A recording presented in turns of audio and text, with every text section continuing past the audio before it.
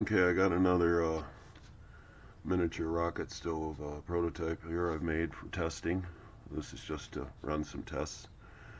It's pretty small, you can see, compared to my finger. And it's just an old tomato paste can. And so I got a base, I got my feeder and underfire vent, and then my overfire and smoke vent. And this will work great for testing because I'm got some full-size rocket stoves I'm going to be building here very soon for camping and backpacking. It's a perfect little stove to carry with you.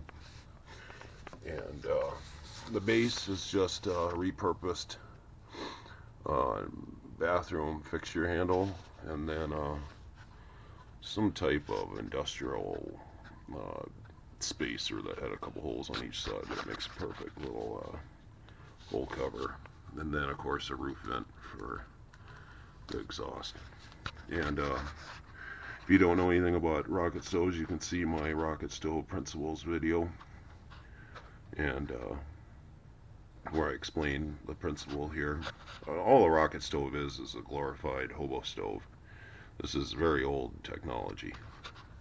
Basically, you're just feeding in material quick, and there's a jet of air that enters here and exits with the heat, so it cooks very fast and very hot.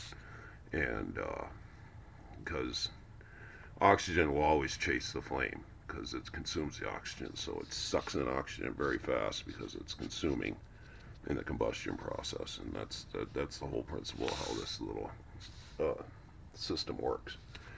But it's a pretty cool technology. If you're into,